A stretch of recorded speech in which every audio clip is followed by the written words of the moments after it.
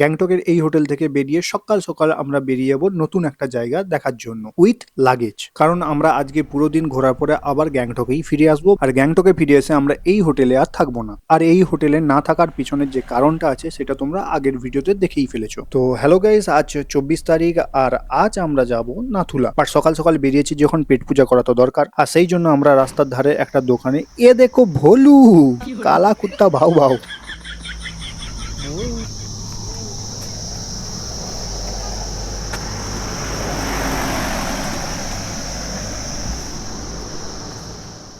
হ্যাঁ, তো যেটা আমরা বলছিলাম, সকালবেলা খাওয়ার জন্য আমরা একটা দোকানে দাঁড়াই, যে দোকানের ভেতরে ঢুকে দেখি অলরেডি চা রুটি ঘুগনি খাওয়া শেষ। মানে আমি খেতে পেলাম না পেলাম কারো কোনো যাই আসে না।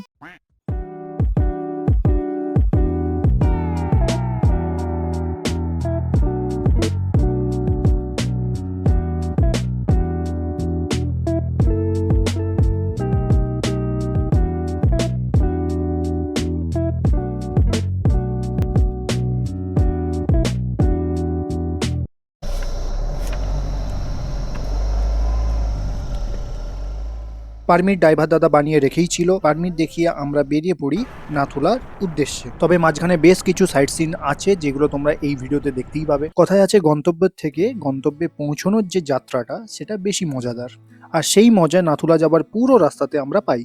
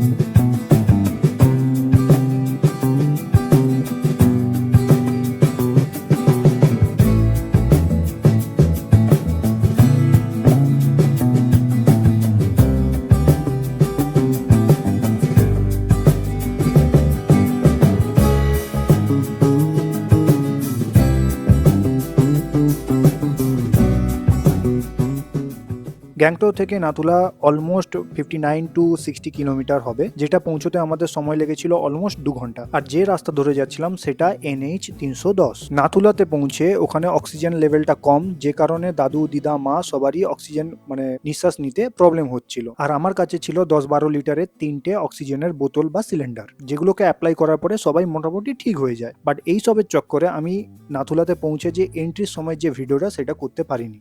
তারপরে নাথুলার নিচ থেকে উপরে সিঁড়ি আছে, সিঁড়ি ধরে উপরে উঠতে হয়, যেখানে উঠতে বেশ কষ্টই হয় কারণ বড় বড় ধাপে সিঁড়িগুলো বানানো। ওই উপরে উঠে পাবো আমরা ইন্ডিয়া চায়নার বর্ডার। আগে এই উপরে ওঠার পরে ফটো বা ভিডিও করা যেত না, বাট এখন দেখছি ক্যামেরায় কেউ ভিডিও করছে না, বাট মোবাইল দিয়ে সবাই ফটো ভিডিও করছে, মানে অ্যালাউ আছে এই মুহূর্তে। আর এখন এই যে বিল্ডিংটা যেটা চায়নার আন্ডারে পড়তো আগে, এখন মেবি এটা ভারতের আন্ডারেই আছে, বাট ভারত সরকার এটাকে স্মৃতিসৌধ হিসাবে রেখে দিয়েছে, নষ্ট করে দেয়নি, যেখানে আমরা ক্লিয়ারলি চায়নার পতাকা চায়নার লোগোওয়ালা বিল্ডিংগুলোকে দেখতে পাচ্ছি। বাট আগে যেখানে চায়নার আর্মি থাকতো ওই লাল আপেলের মতো মুখওয়ালা লোকগুলো, সেই জায়গায় এখন আমাদের ভারতীয় সৈন্যরা আছে। বাট যেহেতু সবাই ঘুরতে আসে এখানে, সেই জন্য হয়তো ভারত সরকার এটাকে নষ্ট করে দেয়নি বা ভেঙে দেয়নি। ওপরে কিন্তু ওঠার পরে কারোরই নিঃশ্বাস নিতে প্রবলেম হয়নি। এবার ওপর থেকে নিচে নামার সময় ওই সিঁড়ির কাছেই ইন্ডিয়ান আর্মির অনেকেই আছে যারা খাবার বিক্রি করে, মানে ফাস্ট ফুড টাইপের মিষ্টি পিৎজা এগুলো। তো আমি সেখান থেকে একটা পিৎজা নেই, যার কস্ট তুলনামূলক বেশি নেয়। বাই দ্য ওয়ে, এই নাথুলার এখানে যে ছবি ভিডিও যা কিছু আছে ছোটখাটো, আমার ফেসবুক ইনস্টাগ্রাম চ্যানেলে দেখতে পেয়েই যাবে। তারপরে এখান থেকে আমরা সোজা চলে আসি নিউ বাবা মন্দির।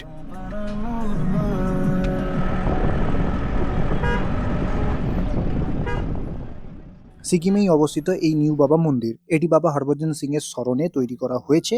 ওল্ড বাবা মন্দির ভারত চীন সীমান্তের কাছে নাথুলা পাসের পথে অবস্থিত ছিল। প্রতিকূল আবহাওয়া এবং দুর্গম ভৌগোলিক পরিস্থিতির কারণে ভক্তদের পক্ষে সেখানে পৌঁছানো সবসময় সম্ভব ছিল না। এই সমস্যাগুলি সমাধানের জন্য ভারতীয় সেনাবাহিনী নিউ বাবা মন্দির তৈরি করেছে, যেটা তুলনামূলকভাবে কম উঁচুতে এবং খুব সহজে পৌঁছানো যায়। এই নিউ বাবা মন্দির, যা পূর্বে চাইমা নামেও পরিচিত ছিল, সিকিমের এটা পূর্ব অংশে অবস্থিত, আর এটা সমুদ্রপৃষ্ঠ থেকে অলমোস্ট 13,000 ফিট উঁচুতে অবস্থিত। আর এই যে বাবা মন্দির বলছি, তার মানে এটা নয় যে এটা শিব মন্দির, এটা একজন শহীদ সৈনিক বাবা হরভজন সিংকে উৎসর্গ করে বানানো একটা মন্দির। ওল্ড বাবা মন্দিরেও আমরা ভিজিট করব। সেই সময় এই যে বাবা মন্দিরের ইতিহাস, কেন এই মন্দির গড়া হয়েছিল বা সৈনিক বাবা হরভজন সিং কে, সে সম্বন্ধে বলবো।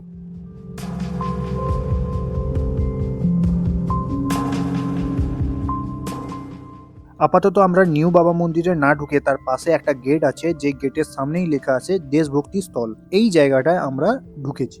এই জায়গাটা আসলে দেশের প্রতি সেনাদের আত্মত্যাগের সম্মান জানানোর জন্য বানানো হয়েছে। এখানে একটা লাল কালারের দেওয়াল আছে, যার মধ্যে সিলভার কালারের বহু ফলক আছে, যেটা খুব সম্ভবত পরমবীর চক্র এবং অন্য সাময়িক পুরস্কার প্রাপ্ত শহীদদের নাম লেখা ফলক। এই জায়গাটাকে দেশপ্রেম এবং আত্মত্যাগের প্রতীক হিসাবে মানা হয় এবং দেশের জন্য সর্বোচ্চ ত্যাগ স্বীকারকারীদের সম্মান জানাতে তৈরি করা হয়েছে। নিউ বাবা মন্দিরের ভেতরে না ঢুকে এবার আমরা যাব কিন্তু ওল্ড বাবা মন্দির। So tata.